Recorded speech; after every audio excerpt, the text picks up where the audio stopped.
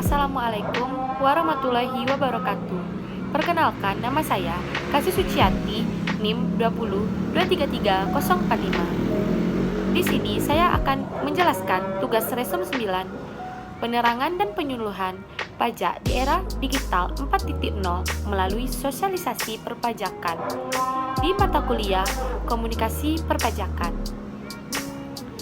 Penerangan dan penyuluhan pajak teknologi sangatlah penting dikarenakan apabila tidak ada teknologi, maka informasi yang disampaikan tidak akan berjalan dengan baik. Dikarenakan pemanfaatan teknologi yang tidak digunakan sebaiknya. Perubahan tantangan penerangan dan penyuluhan pajak bagi Direktorat Jenderal Pajak. Karena kemudian muncul pertanyaan mengenai bagaimana ketentuan perpajakan akan ditetapkan bagi pebisnis e-commerce. Selain itu, Dirjen Pajak juga memperoleh tantangan mengenai melalui layanan dan proses bisnis perpajakan yang harus menyesuaikan dengan perilaku masyarakat masa kini yang semakin memanfaatkan teknologi untuk kemudahan hidup. Di sini ada hambatan-hambatan dalam penggunaan teknologi dalam komunikasi perpajakan. Yang pertama, literasi teknologi yang dimiliki oleh ahli pajak sehingga ia tidak cakup dalam menggunakan teknologi ini, maka akan sulit ketika komunikasi kepada wajib pajak.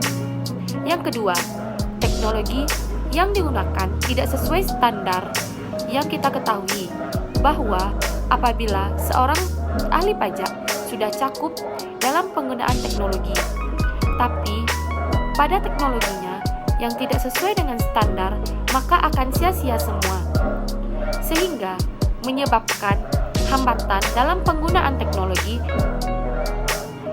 karena tidak ada alokasi dana juga merupakan hambatan menggunakan teknologi karena tidak sedikit teknologi yang memerlukan dana yang banyak untuk operasinya seperti membeli barang.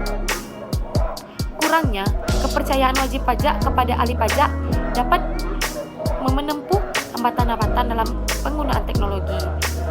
Ketidakpastian hukum ketika pajak menggunakan informasi teknologi terbaru kepada wajib pajak, maka hendak sesuai dengan undang-undang yang telah mengaturnya. Yang terakhir yaitu perubahan cepat pada teknologi. Dan ada yang ketujuh yaitu terbatasnya sumber daya bahasa yang digunakan kurang dimengerti oleh para wajib pajak. Itulah hambatan-hambatannya. Dengan adanya teknologi informasi yang berbasis digital ini digunakan wajib pajak dalam mengakses informasi melalui internet seperti YouTube dan lainnya, menyampaikan iklan serta penerangan dan penyuluhan secara online. Berikut adalah hal-hal yang perlu diperhatikan dalam melakukan penerangan dan penyuluhan pajak.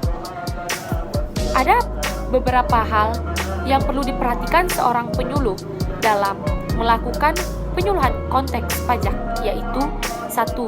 Survei penentuan program penyuluhan merupakan hal yang pertama yang harus dilaksanakan dalam suatu proses penyuluhan.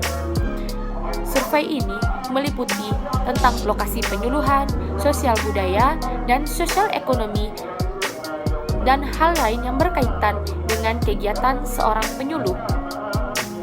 Yang kedua, penyusunan program penyuluhan.